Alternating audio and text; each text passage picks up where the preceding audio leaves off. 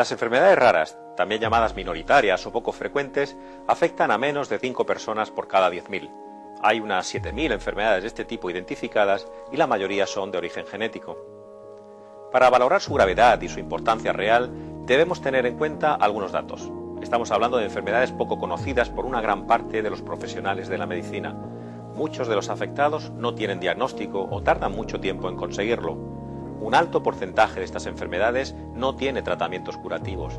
Son enfermedades que causan además un alto nivel de discapacidad y que sobrevienen con frecuencia en la infancia. En el informe del Senado sobre enfermedades raras, elaborado en 2007, y también en el estudio sobre necesidades sociosanitarias de las personas con enfermedades raras, de 2009, ya se mostraba con claridad la gravedad y el desafío que suponen estas patologías. La escasa disponibilidad de medicamentos, la ausencia de terapias, la alta mortalidad, una fuerte carga económica y familiar o los problemas educativos y laborales. En el citado estudio se indica, por ejemplo, que 2 de cada 3 enfermedades aparecen antes de los 2 primeros años de vida, que el 65% son altamente discapacitantes, que solo el 6% de los afectados utiliza medicamentos huérfanos o que el 75% de los afectados se ha sentido discriminado alguna vez por motivo de su enfermedad. Con sus nombres tan complicados, tan difíciles de pronunciar o de recordar en ocasiones, arteritis de Takayasu, lipodistrofia de Berardinelli, osteogénesis imperfecta, enfermedad de Pompe, estas enfermedades pueden parecernos algo alejado de nuestra experiencia, de nuestras preocupaciones cotidianas. No es así en absoluto. En su conjunto, se calcula que afectan en España a cerca de 3 millones de personas y en Europa a más de 36 millones.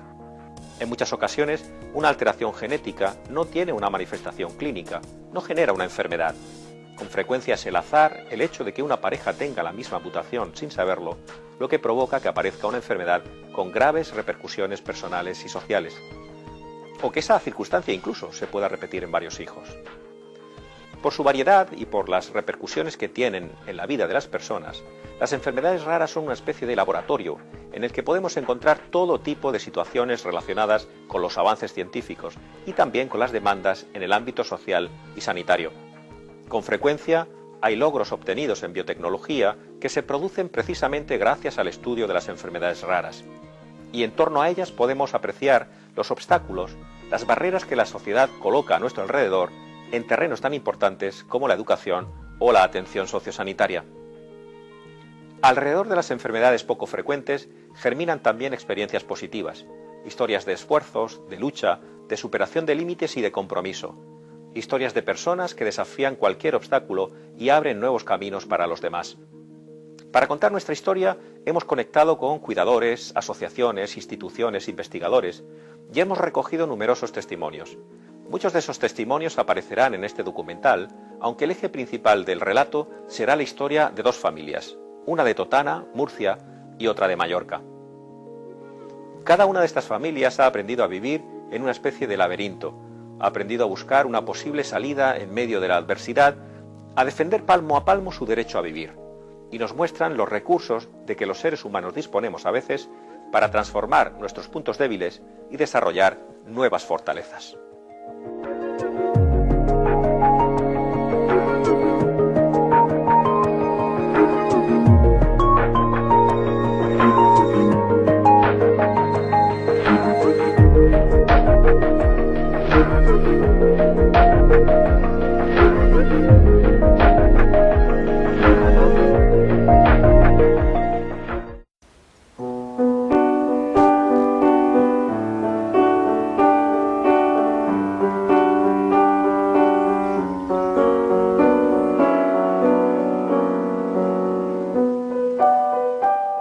Celia llegó a nuestra vida en un momento de ilusión. Éramos un matrimonio joven, con muchas ganas. Bueno, pues Celia estaba siendo la niña más deseada del mundo para nosotros. Una muy buena noticia que quedarme embarazada. Pues nuestra vida era, antes del diagnóstico o el debut, mejor dicho, pues como me imagino miles de familias. La enfermedad de Celia no sobrevino de repente, empezamos a notar que algo iba mal. Veíamos como otros niños en el parque hablaban con la misma edad que Celia y caminaban y corrían, y nosotros nos dábamos cuenta que Celia no lo hacía. Empezó a perder peso en 12 días, se quedó con 790 gramos menos.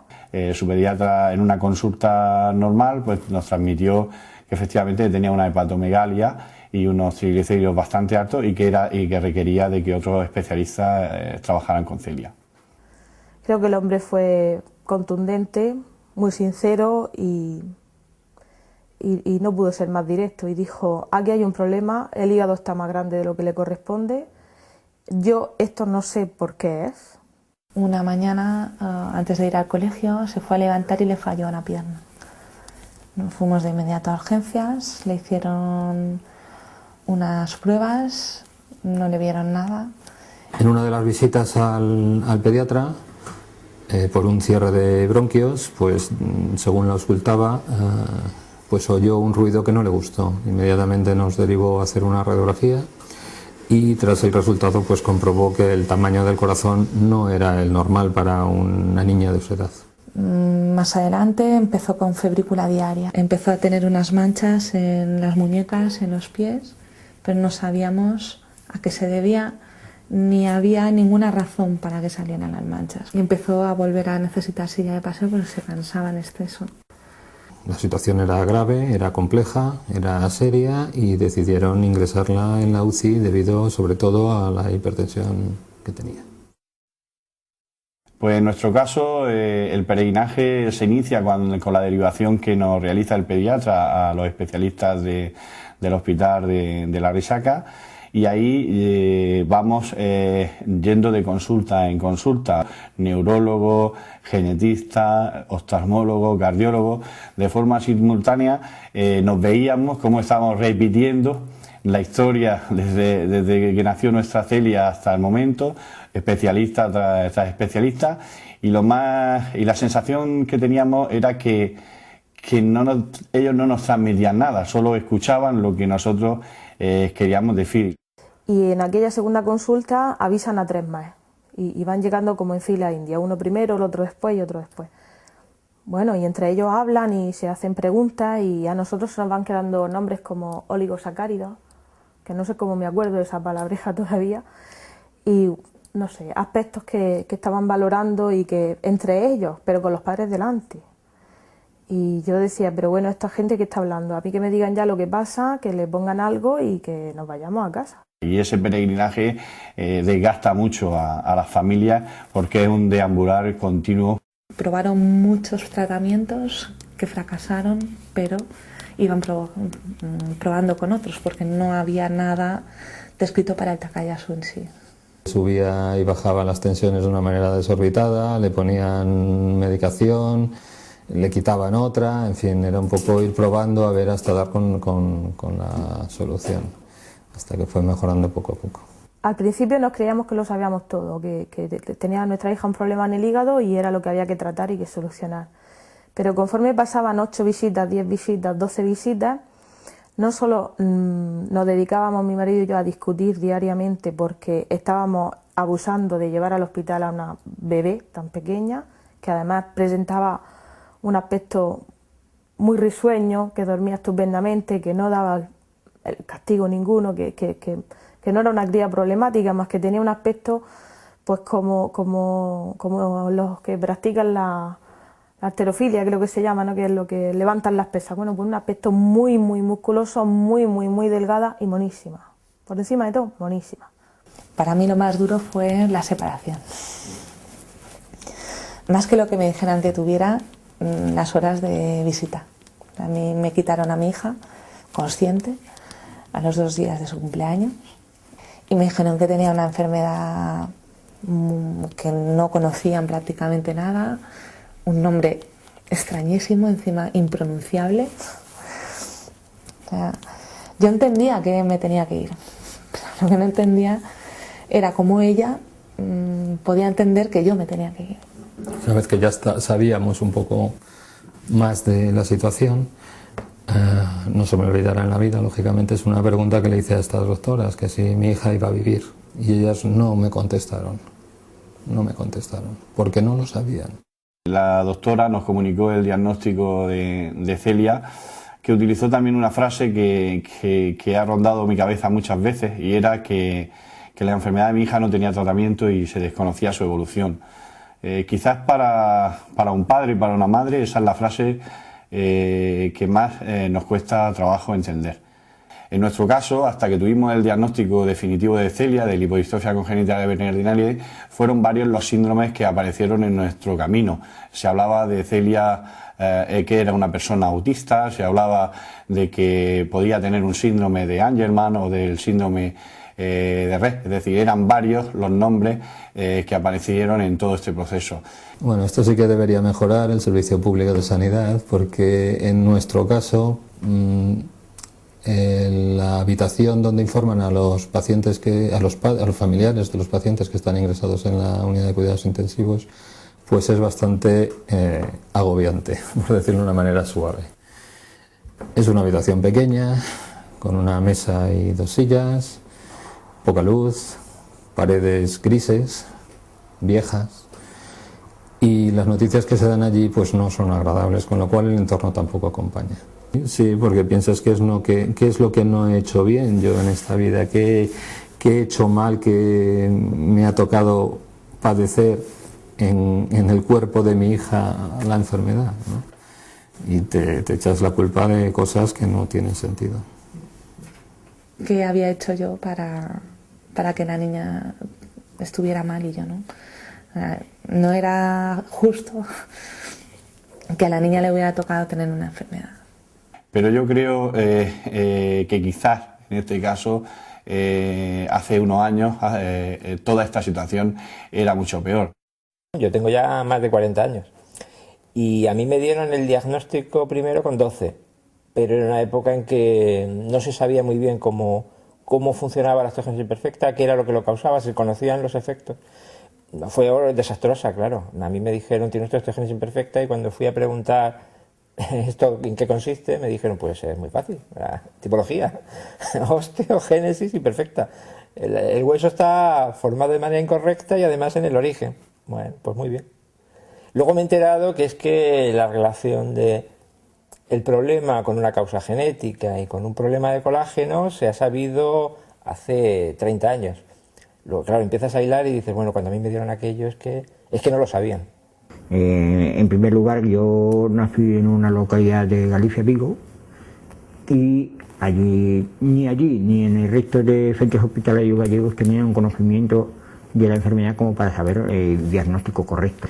Y encima que en el mismo hospital de La Paz no fue inmediato el diagnóstico, porque tuvieron que hacer una serie de pruebas, hubo a veces que repetir las pruebas porque no salían bien, con lo cual fue bastante traumático, la verdad. Fue muy difícil, porque lo que yo les digo a los padres es que no saben la suerte que tienen de vivir en este mundo, porque hace 25 años era muy difícil todo. Los médicos no sabían qué eran eso del síndrome de Apert. Me daban horas de vida, o sea, poneros por algún momento en la piel de un padre con un niño de síndrome de Apert, que te llegue el médico y te diga, tu hijo se va a morir, tu hijo no va a nacer, no va a seguir adelante, es muy duro. En los estudios que se ha hecho de Eurordis y de FEDER se ha visto que por lo menos pasan por una media de 8 especialistas o más, muchos de ellos antes de obtener un diagnóstico, y por varias consultas, porque claro, el problema de las enfermedades raras es que afectan muchas de ellas a varios órganos del cuerpo, con lo cual tienes que ir por distintos especialistas, ¿no? Y hasta que des a una persona que realmente conoce la enfermedad en toda su amplitud, pues se tarda tiempo, se tardan años que la enfermedad se degenera, se deteriora irreversiblemente.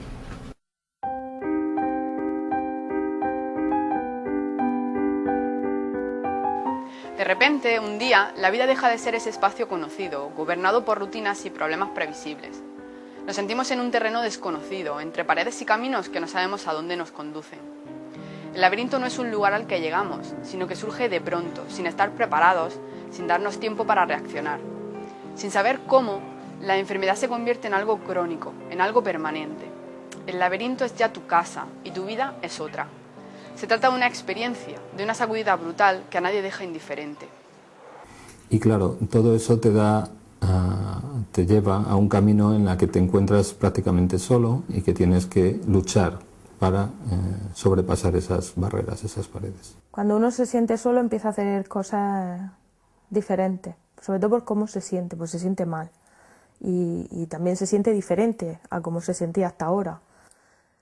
Dos situaciones que a mí me transmiten desánimo y soledad, y son esos primeros compases y cuando una vez ya que empiezas a afrontar la enfermedad, en donde la familia, en donde los padres no entendemos por qué nos ha tocado a nosotros esta lotería, ¿no? Por qué nos ha tocado a nosotros vivir esta situación, ¿no? Y a veces somos nosotros los que hacemos que no transmitimos a nuestra familia, puesto que no aceptamos la enfermedad, no transmitimos a nuestra familia la posibilidad de que nos ayuden. Y la gente fue desapareciendo de la vida, o sea, cree uno que cuando alguien tiene un problema, la gente que está a su alrededor se va a unir más, pero la realidad es que la gente va despegándose, unos por miedo, otros porque no saben cómo llevar el problema. La cosa es que de tener siempre la casa llena, llegó un momento que estábamos solos con Eduardo. Tenía que haber un cambio en hábitos de vida. Entonces me encerré en mí misma, no aceptaba ayuda, no quería ayuda porque lo quería llevar todo yo. Entonces aquí empezaron los problemas de... Bueno, yo no aceptaba ayuda, tampoco la podía explicar. En el caso de Andrea íbamos aprendiendo. Es que iban aprendiendo hasta los médicos. Nos dimos cuenta que teníamos dos casas. Nuestra casa, en donde vivimos y hacemos el día a día, y esa segunda casa que no era precisamente el chalet de lujo, sino era el hospital, donde día sí y día también acudíamos pues para una consulta, para expresarle a un profesional que algo estaba cambiando bruscamente con Celia, que estaba ocurriéndole un episodio de crisis, y luego pues ese hospital, como te decía, se convierte en tu segunda casa y a veces estás constantemente, ¿no? Participando de esos dos domicilios. Bueno, segunda casa no, primera casa, porque allí estaba lo que había que sacar a flote en aquel momento. La segunda casa fue nuestra casa, que prácticamente veníamos a dormir y a descansar un poquitín de vez en cuando. La gente fue un poco cruel. Los niños normalmente se adaptan más a las situaciones, pero la gente era cruel en comentarios. Aunque no te lo digan a la cara, sí que notas esa mirada indiscreta y eso a Andrea la hacía sentir insegura. Andrea solo estaba segura en nuestro entorno, nuestra familia, los amigos más próximos, pero tenía un rechazo muy grande a la gente adulta. Cuando yo estaba dentro de mi ambiente, de mi círculo de amistades, no había ningún tipo de problema, nadie veía mis limitaciones y jugaba a los mismos juegos que cualquier otro niño. Sin embargo, cuando llegaba me encontraba con un grupo de niños que no conocía, ahí era donde me empezaban a sacar los defectos y donde pues eso es lo que hizo que fuera, como te digo, una persona muy tímida, muy introvertida y que al mismo tiempo pues yo fuera... hay un dicho por ahí que dice que lo que no destruye fortalece. Soledad, incomprensión, distanciamiento son quizás las palabras que mejor definen las primeras experiencias en el laberinto. Pero es preciso tomar decisiones y poco a poco surgen nuevas actitudes y descubrimientos. El primer paso tiene que ser aceptar la situación. Según los protagonistas, aceptar no significa resignarse, sino reaccionar y afrontar los problemas. Llega un momento en el que un profesional también de la salud nos llega a decir que en lugar de preocuparnos deberíamos de ocuparnos directamente. Y parece que me hizo reflexionar y empezar a ocuparnos pues de lo que estaba ocurriendo, ¿no? Y dejar a los profesionales hacer su trabajo y, por supuesto, levantar la mano porque no estaba entendiendo nada. Lo que no puedes es ir poniendo trabas y ser ambiguo en tus pensamientos, como una válvula de escape y de no reconocer la realidad. Todo lo contrario, hay que aceptarla cuanto antes para buscar la solución al problema, si es que la tiene. Doña Perfecta, que era yo, la supermadre y la superexigente con todos, pero sobre todo con Juan, empieza a dejar de serlo. Si queríamos ayudarnos a nosotros mismos a otras personas, teníamos que contárselo a la sociedad. Quizás necesitaba compartir y buscar ayudas fuera. Fue cuando empecé el movimiento asociativo, cuando empecé a ir pues a la asociación, a moverme en las administraciones, a montar, y aquí vi que podía ser ayudada y a la vez ayudar. En FEDER en internet ponía "Cuéntanos tu historia". Yo leí muchas. En ese momento, un día sentada en el sofá viendo la tele con las niñas, me puse a escribir mi historia y la colgué en internet. En aquel momento me invitaron de FEDER a celebrar el primer Día Mundial de las Enfermedades en el Senado. Me armé de valor y fui, la conté y vi que podía ayudar a la gente. Contando mi historia a otra persona que también me contó la suya, encontramos una solución al de mi hija. Si me hubiera quedado en mi casa, no hubiera llegado a la solución para mi hija. La princesa de Asturias ha pedido hoy en el Senado voz y apoyo para quienes sufren algún tipo de las llamadas enfermedades raras. En España hay unos 3 millones de personas con alguna de estas patologías. En la clausura del día dedicado a estas enfermedades, en el Senado hemos escuchado cómo es el duro día a día de estos enfermos y de sus familias, sus problemas para dar con un acertado diagnóstico y un correcto tratamiento. Doña Leticia ha entregado también los premios a quienes se distinguen por su solidaridad con estos enfermos y sus dificultades, y ha pedido el compromiso de toda la sociedad para ayudarles y para que no se sientan solos. En estos meses, yendo de un sitio a otro de España, intentando conocer mejor las enfermedades poco frecuentes y a las personas con alguna de estas enfermedades y a sus familiares, una idea nos ha quedado clara. Esa experiencia nos transforma, nos obliga a buscar recursos para salir del túnel, a multiplicar nuestra energía y a descubrir habilidades que no pensábamos tener. La ilusión de que somos individuos autónomos, autosuficientes, deja paso a una nueva visión más realista y abierta a la colaboración con los demás. El desconocimiento de las enfermedades raras se proyecta sobre todos los ámbitos en los que se desarrolla la vida cotidiana de una familia que tiene una patología crónica. En todo este proceso hay una figura de gran importancia, el familiar, que se convierte en cuidador, un cuidador que tiene que ocuparse de numerosos frentes: escuela, hospital, administraciones, que pueden llegar a sobrecargarle y a generarle una gran ansiedad. Yo soy la madre de Celia y yo he visto a cualquier madre cuidando de su hijo hasta que el último momento que han podido hacerlo. Es decir, una madre tiene el instinto de protección, creo, y de responsabilidad siempre. Hay madres que tienen que atender físicamente a sus hijos mucho, y hay madres que tienen que atender psicológicamente mucho a sus hijos, y hay madres que lo tienen todo más fácil porque el hijo se desarrolla muy bien, y a nosotros nos toca vivir desde una perspectiva en la que necesitamos estar 24 horas en contacto directo y en atención física directa y también psicológica. La discapacidad o la ayuda al cuidador está hecha más para gente de nuestra generación que tiene que ayudar a mayores, pero no está hecha para padres que tenemos que cuidar a los niños.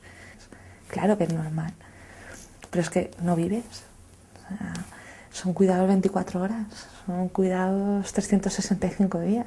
Y yo valoro de forma muy positiva, ¿no?, la figura del cuidador. Creo que es una figura que hay que mimar y que hay que cuidar.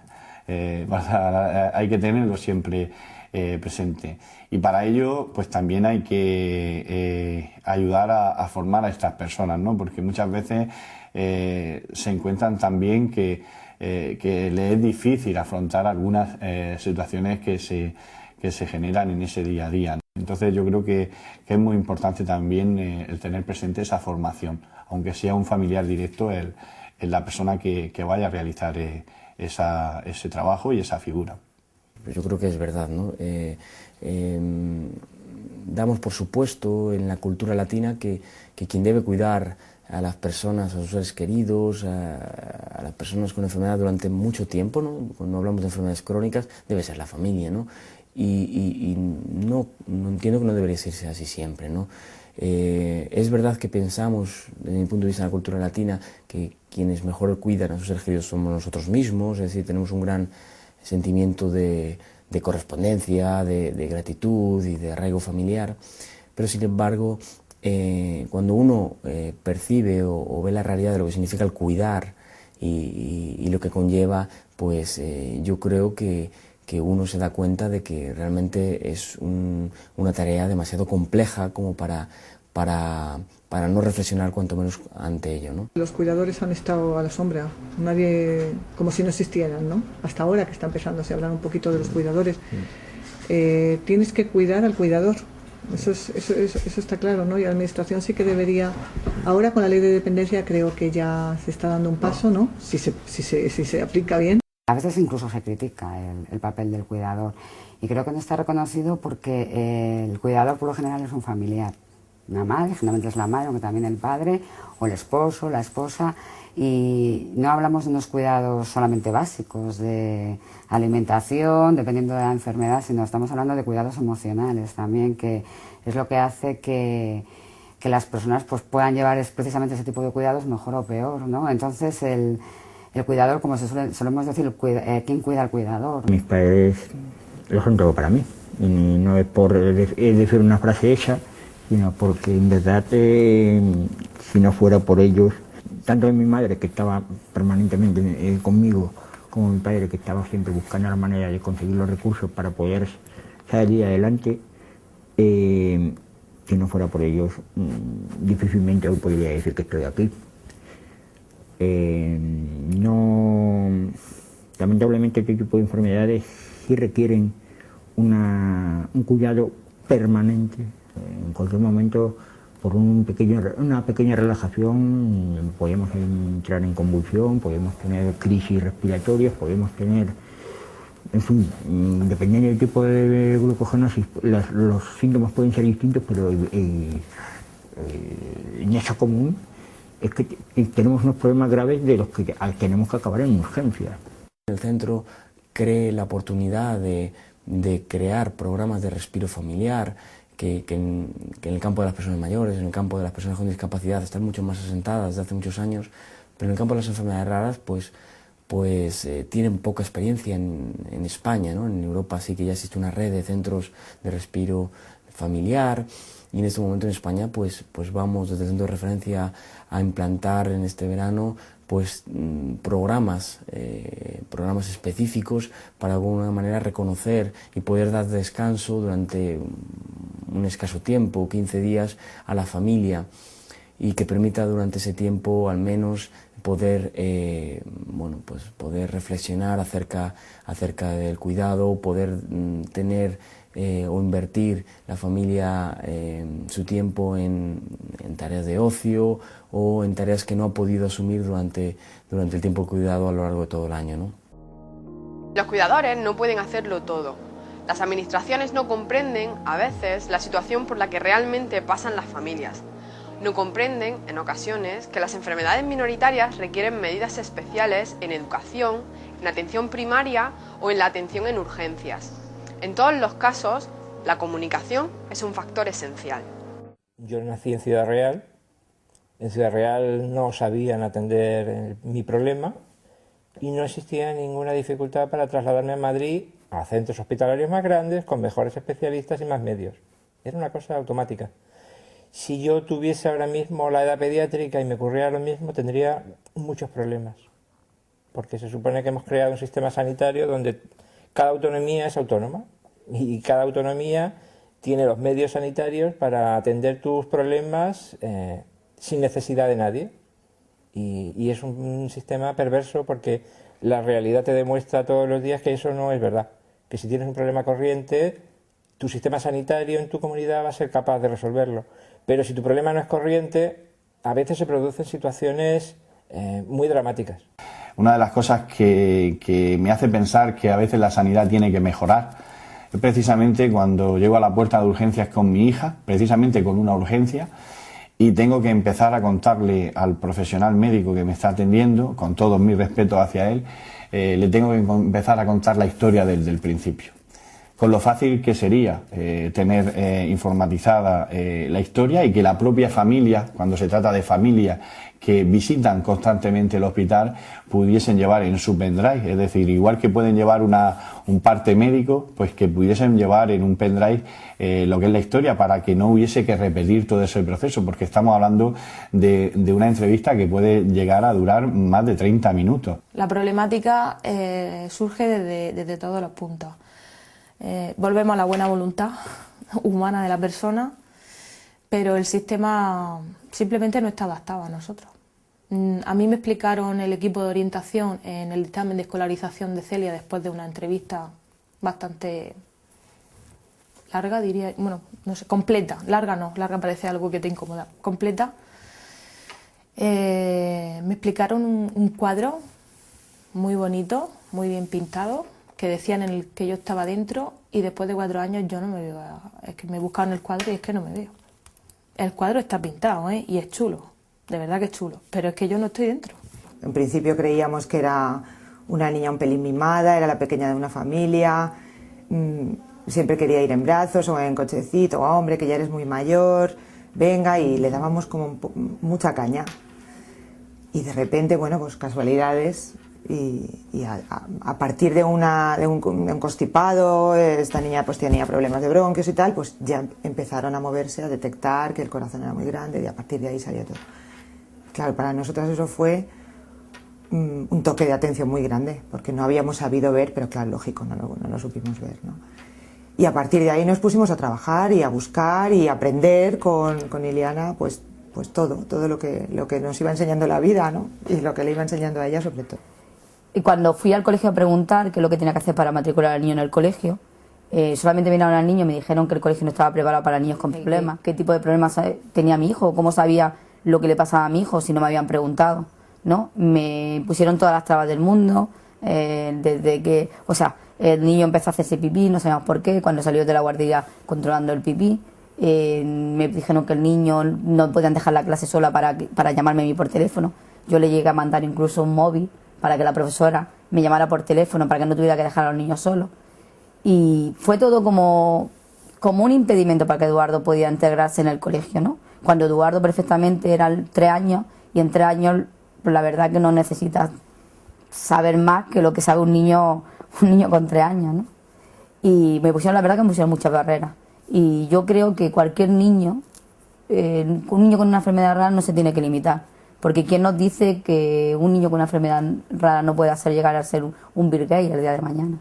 Los problemas de adaptación, hombre, me debería referir sobre todo a la juventud, a la etapa, o sea, a la juventud más temprana, ¿no? Porque tampoco me considero un viejo pellejo. Me refiero más bien sobre todo a la edad, digamos, a la más tierna infancia. Cuando era pequeño, lógicamente mi comportamiento saltaba a la vista por los tics nerviosos. Era un tipo introvertido, de difícil integración, tenía dificultades para empatizar, es un riesgo también con los compañeros. Era afectivo, siempre lo he sido, pero con dificultades para integrarme socialmente. Entonces siempre comentaban los profesores que el chico más raro, ¿no? Y yo oía también comentar a los compañeros como si ellos no supieran que yo les oigo, que yo era pues un poco tonto, un poco retrasado. Yo daba esa imagen, aunque los profesores decían a mis compañeros, no te creas que es tan tonto, no te creas que es tan tonto como parece, ¿no? Las experiencias negativas se mezclan con las positivas.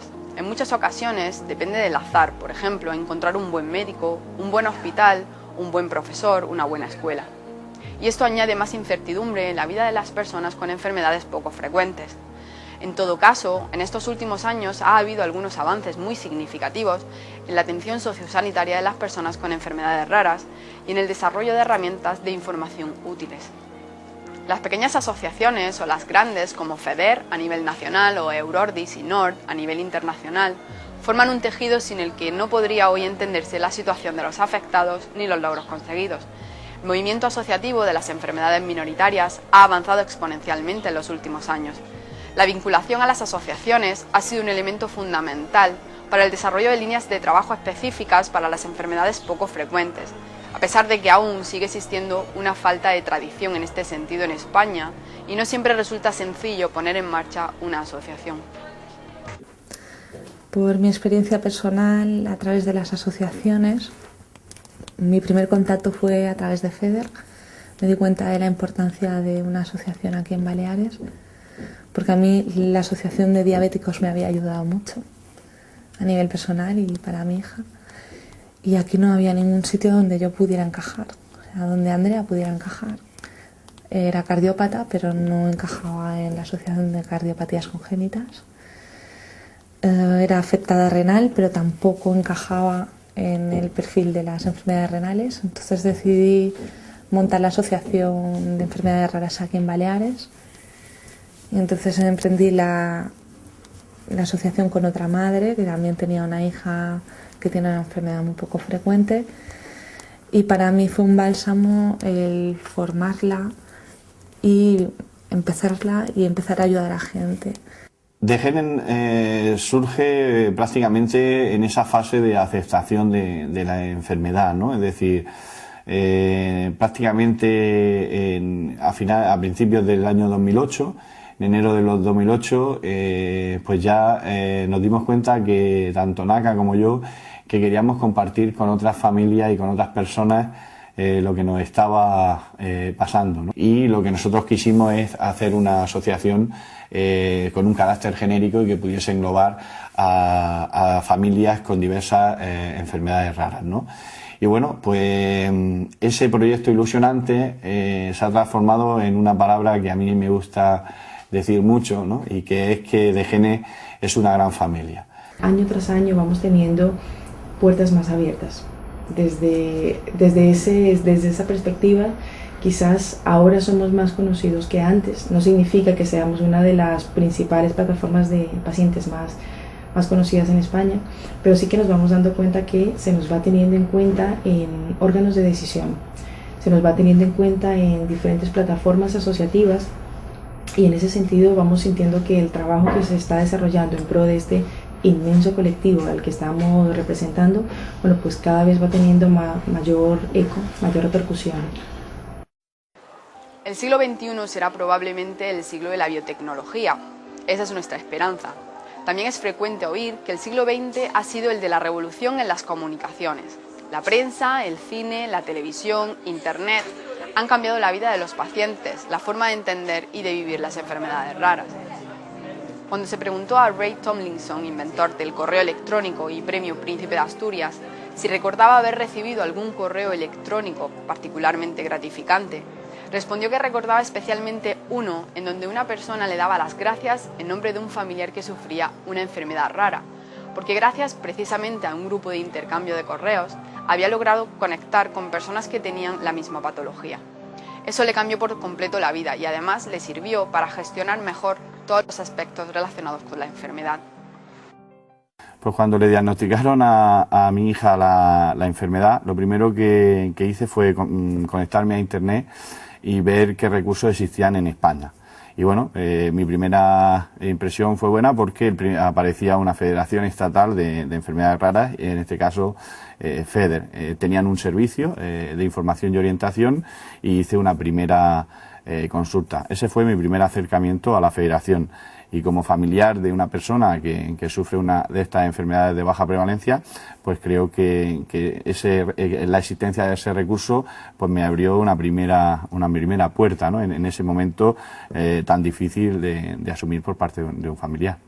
Internet bien utilizado es una buena herramienta, pero siempre bien utilizado porque también te puede hundir mucho.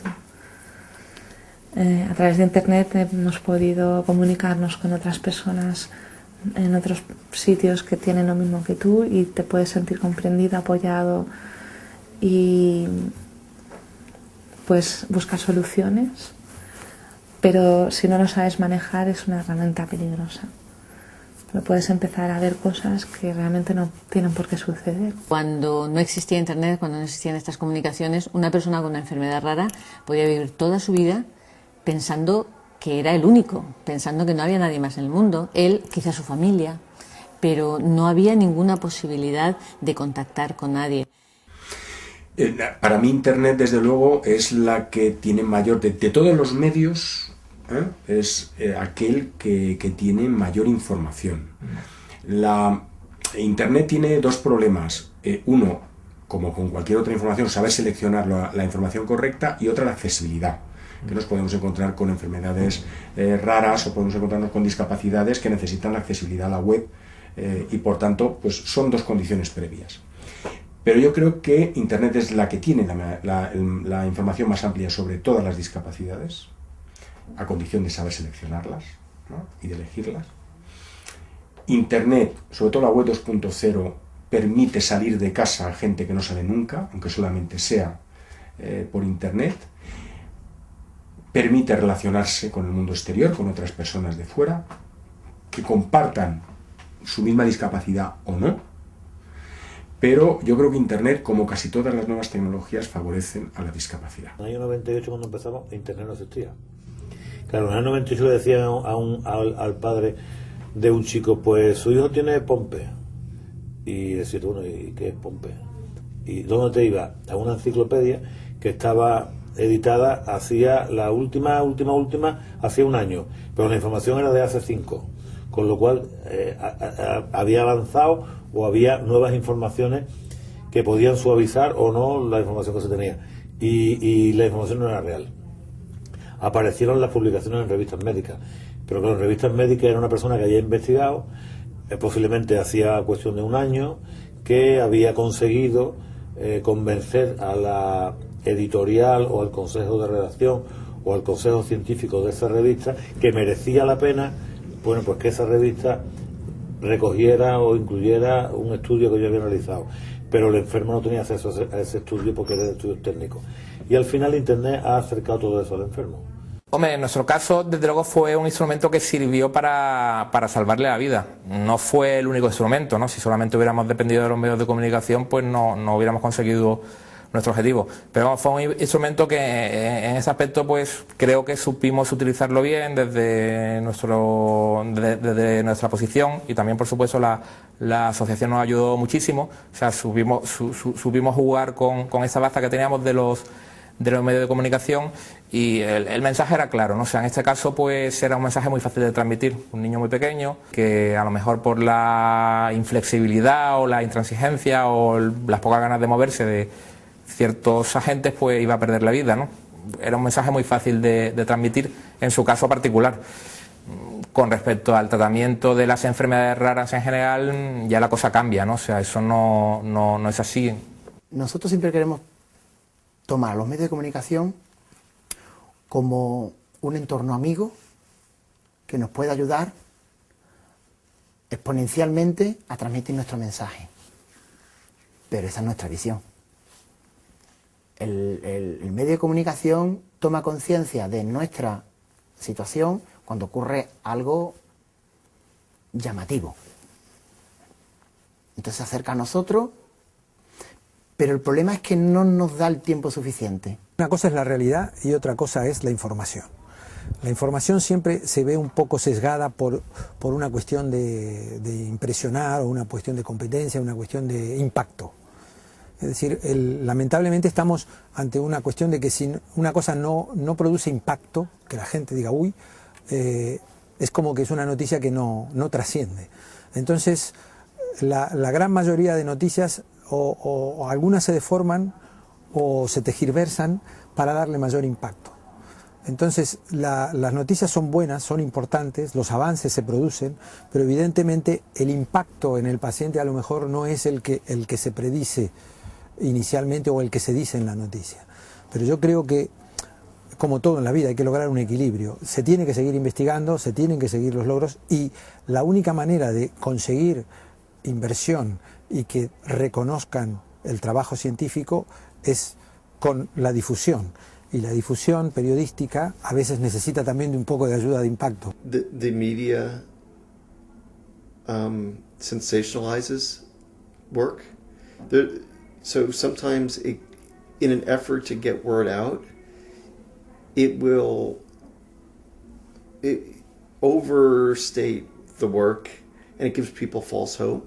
I don't think it's done maliciously. I think people get excited by progress. But overall, there's very little publicity that I see nowadays in the press. There's been a lot of great work that people don't know is occurring. And I think for rare disease, people would like to hear that rare diseases are being treated right now in people. But most people have no idea that that's even going on.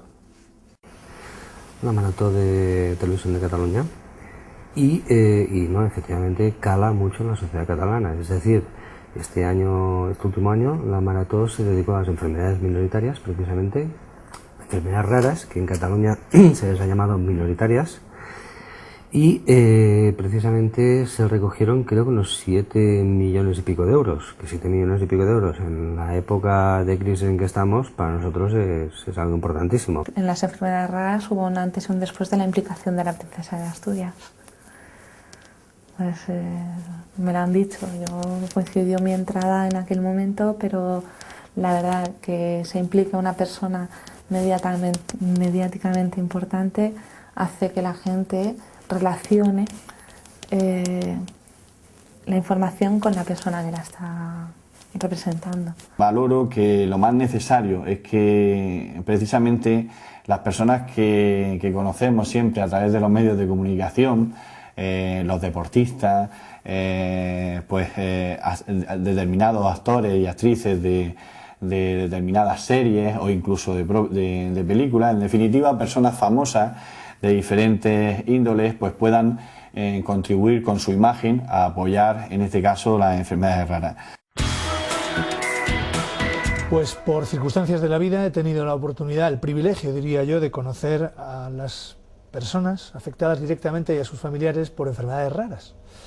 Y uno puede pensar que están desanimadas, que se sienten desilusionadas, que quieren ajustar cuentas con la vida, y todo lo contrario. Es la gente con más ilusión, con más empuje, con más fuerza que he conocido. No se rinden, y eso que hay que llamar a muchas puertas para que te hagan caso, porque tener una enfermedad minoritaria, una enfermedad rara, supone que, por ejemplo, no se sepa diagnosticar, no se sepa qué hacer con ella, y entonces se desconozca y no se le apoye suficientemente como a otras enfermedades que pasan a ser epidemias o pandemias o son más conocidas y tienen un mayor apoyo social, económico, político. Bien, necesitamos un pacto de todos, necesitamos que la gente se conciencie y sepa que son millones ya de personas las afectadas por estas enfermedades raras y que necesitan de una ayuda que no les proporciona el Estado. Necesitamos, por tanto, de un pacto de todos. Yo, aquí y ahora, me uno a ese pacto de todos y te invito a que nos acompañes.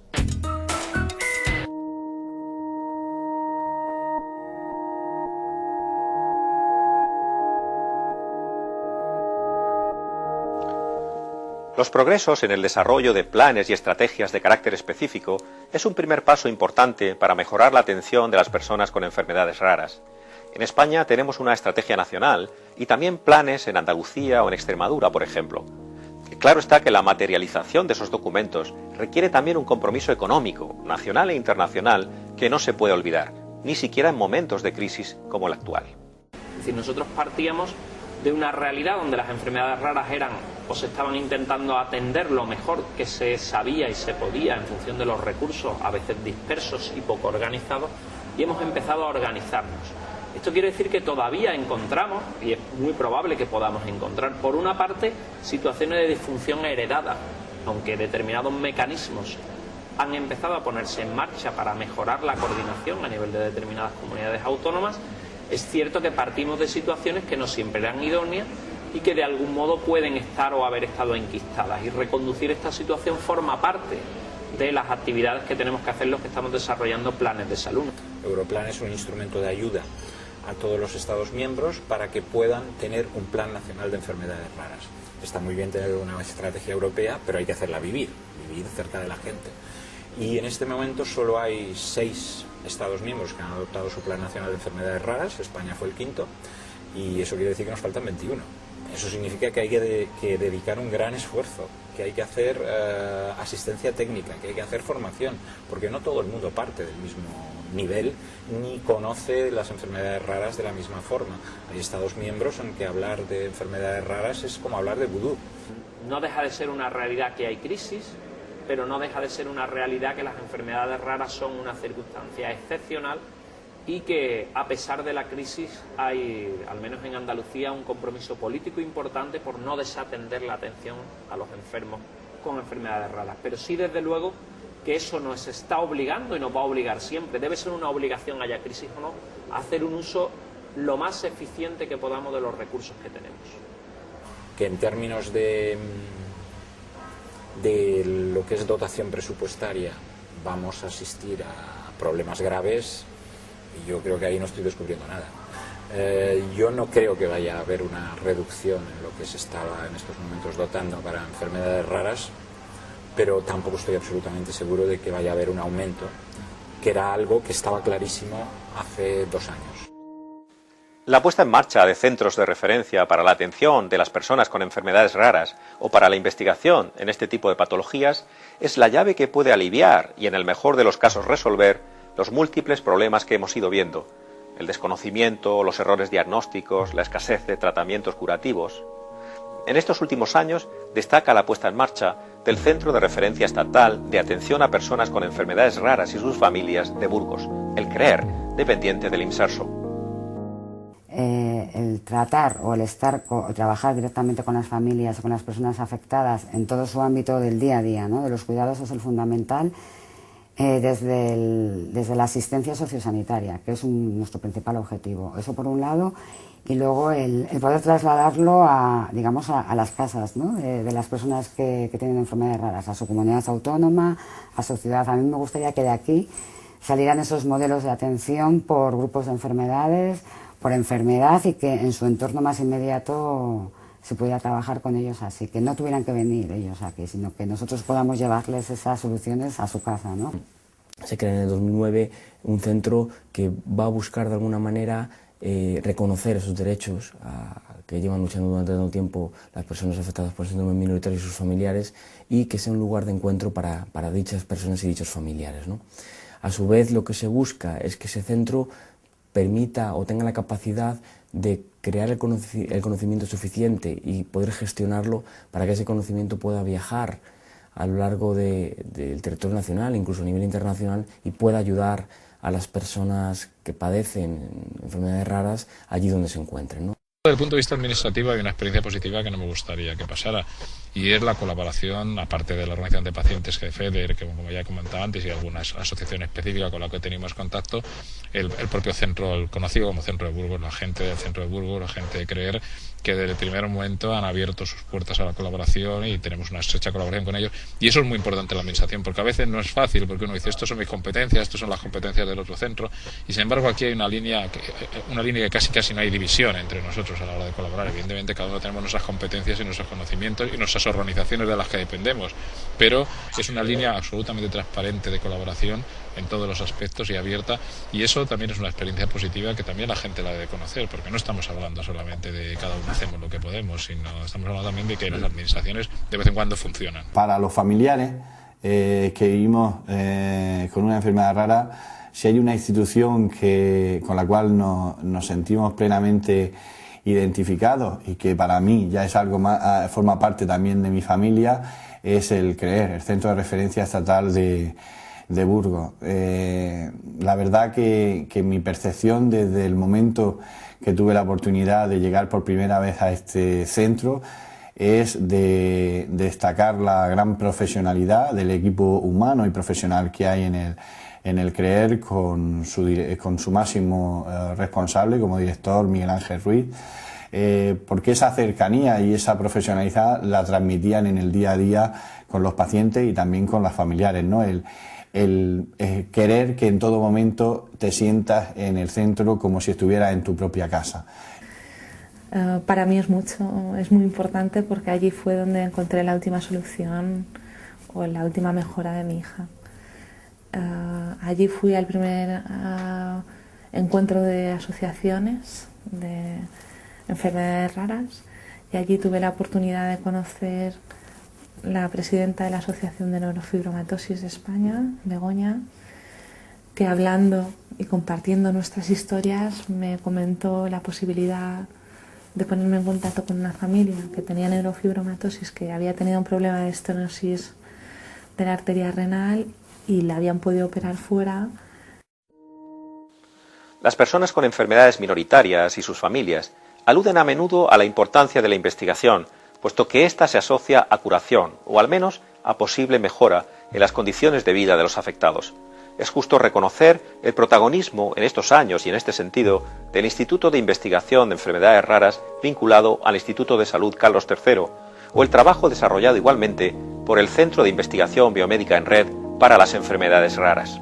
Estamos trabajando en lo que es el desarrollo de estándares de registros de enfermedades raras para toda Europa. Y es posible que trabajemos también en colaboración estamos trabajando en biobancos, estamos trabajando también en la red de Eurobiobank, éramos socios fundadores, almacenando todas las muestras de biobanco desde los años 2004-2005 que empezamos con Eurobiobank, lo ha dirigido Eurordis, y que ahora ha pasado a dirigirlo Teletón Italia, y que vamos también a englobarnos con la red en el hub de biobancos de los Estados Unidos. Tenemos también luego líneas propias nosotros de investigación, de enfermedades concretas, tanto de aspectos epidemiológicos como el año pasado, que estuvimos trabajando en 2 grupos de proyectos buscando tratamientos y colaborando con grupos experimentales para encontrar fármacos para la esclerodermia, y estuvimos trabajando aportando nuestro granito de arena en términos de análisis y de recogida de casos. La financiación del Instituto de Salud Carlos III de grupos de investigación y de contratos a personal para investigar asociados a esos grupos con proyectos que tengan que ver con enfermedades raras está reconocida desde hace años. Existe una comisión específica de evaluación de esos proyectos que se llama de enfermedades genéticas y modelos de enfermedad, y sabemos que las enfermedades raras son mayoritariamente genéticas, y se están financiando proyectos de muchas enfermedades, sin lugar a dudas.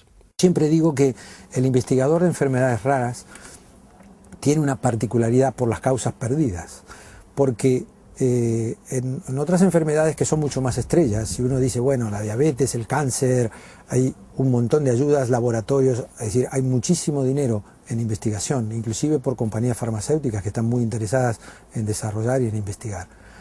¿Y qué ocurre? Que nosotros somos como si fuéramos los simpatizantes de un club de fútbol chico que no tiene estrellas, ¿no? Y sabe que lo más probable es que el partido lo pierda, o como mucho tendrá un jugador bueno y que con ese jugador podrá hacer un buen papel, pero comparado con las grandes estrellas, con los galácticos, ¿no?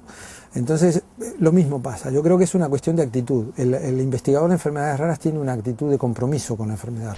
Y a nivel español, pues bueno, España está sumada a través de todas sus plataformas, sus consorcios, sus ciber y el propio Instituto de Investigación de Enfermedades Raras, pues se van sumando a cada una de estas iniciativas. En concreto, nuestro instituto participa en el proyecto EpiRare, participa en el proyecto WorkWall, que son de la DG Sanco, ha participado en el proyecto Europlan, está implicado en uno de los proyectos que se pueden financiar de registros y biobancos para el consorcio internacional, y acaba de ser aprobado dentro del consorcio internacional para España el Registro Nacional de Enfermedades Raras, que lo vamos a dirigir de aquí, con lo cual está todo bastante avanzado. Eso no significa que, evidentemente, investigar todas las enfermedades raras es muy difícil, no hay grupos para todos ni hay dinero para todos, pero el campo ha cambiado muchísimo y está en situación bastante prometedora.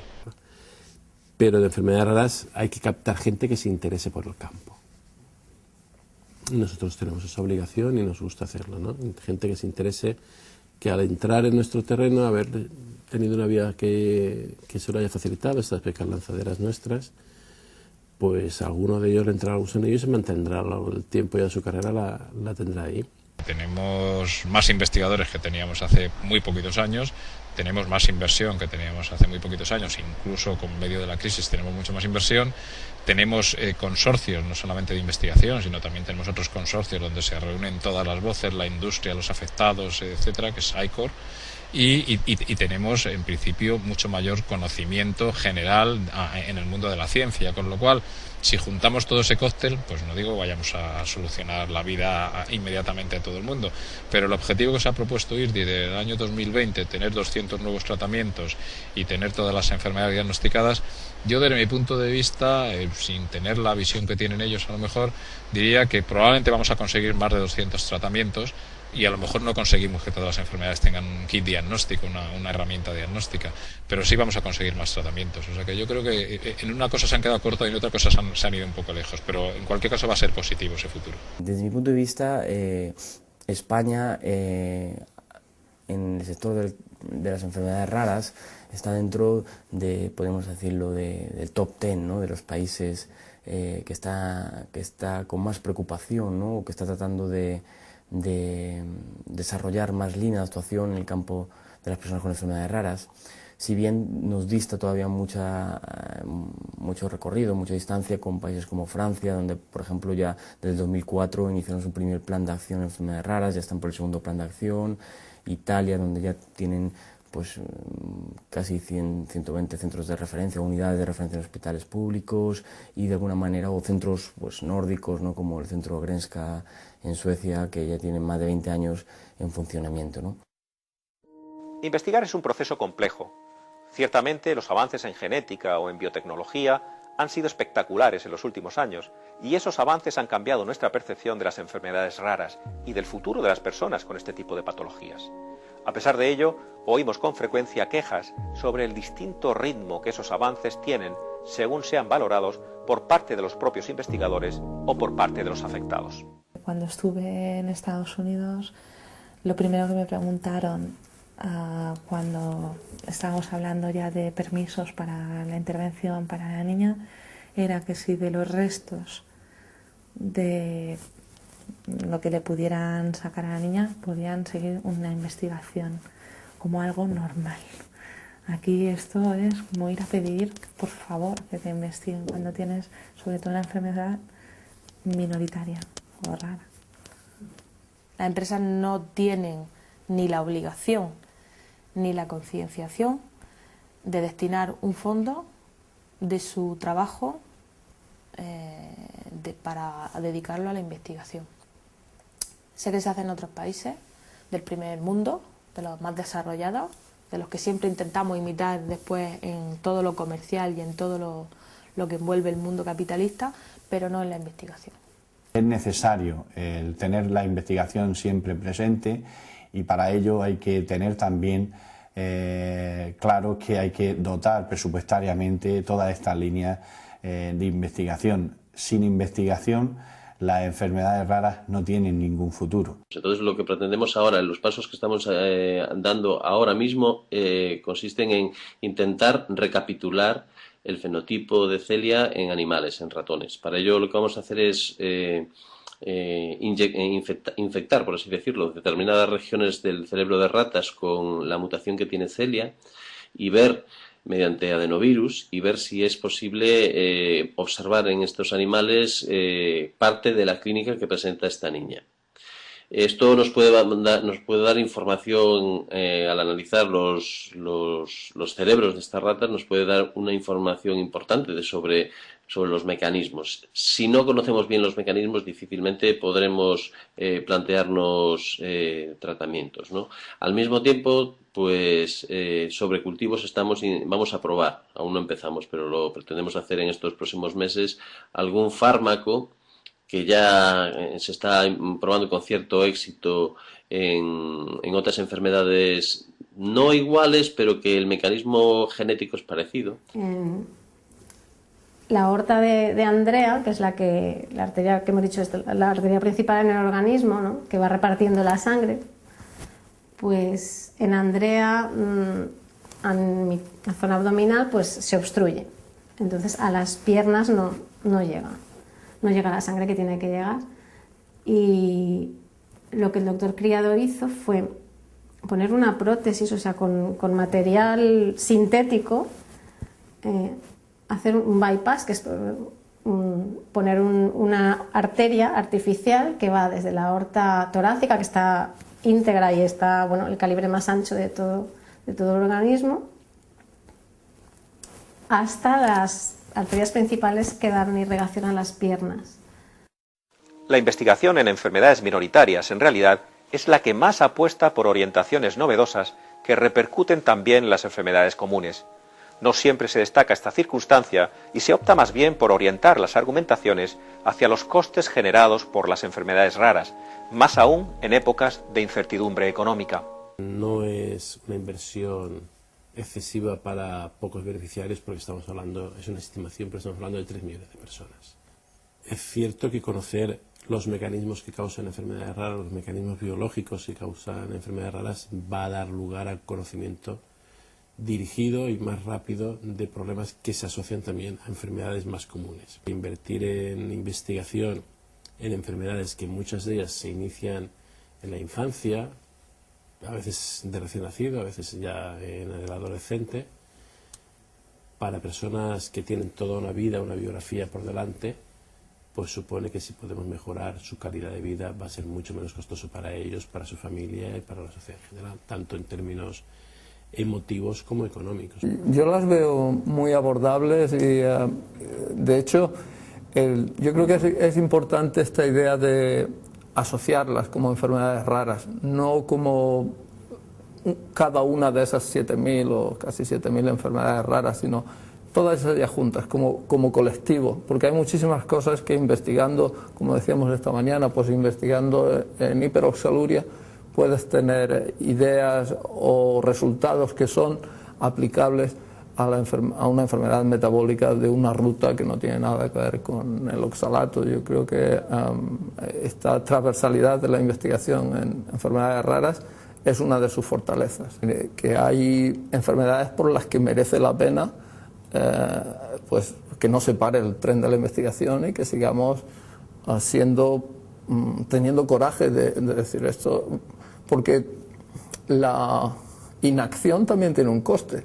Si queremos sacarle un valor añadido a la investigación en enfermedades raras, más allá de su propio valor para los enfermos que padecen esas enfermedades, es que sabemos todos que de la investigación de los hechos muy específicos y poco frecuentes hemos vivido los médicos y los investigadores sacando información para enfermedades que luego, para aplicarla para luego enfermedades frecuentes, con lo cual el conocimiento de lo que pasa a nivel, digamos, específico y de poco frecuente siempre se ha demostrado en la historia de la medicina que es útil para enfermedades de todo tipo, las raras y las no raras. Por lo tanto, ahí hay un valor añadido de investigar en enfermedades raras, pero evidentemente esa no es la justificación final. La justificación final e inicial para investigar enfermedades raras son todo el grupo de pacientes que tienen una de estas enfermedades raras, que tienen sus problemas bien identificados y cada día mejor enumerados, incluso ya se van empezando a cuantificar, ya no son cifras las que se dan, sino que se empiezan a cuantificar, y que además afecta a las familias y a la parte social, con lo cual, como ha dicho la Unión Europea, es que es un problema de salud pública. Si hablamos de derechos, es el mismo el que tiene una persona con Parkinson a que se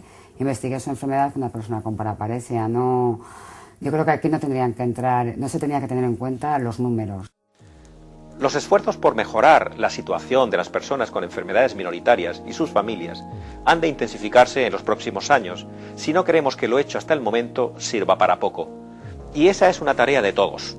Por lo que respecta a los pacientes, estos han pasado a ser más bien agentes, unos agentes que cada vez tienen menos complejos y que saben que los cambios verdaderos comienzan en ocasiones transformando actitudes y derribando prejuicios.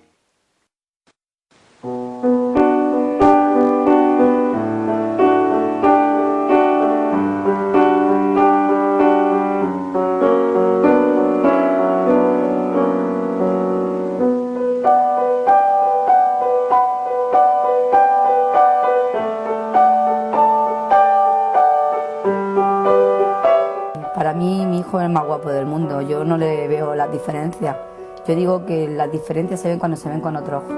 Cuando se miran con los ojos de corazón, con los ojos de verdad, te das cuenta que los niños con enfermedades raras no son niños diferentes.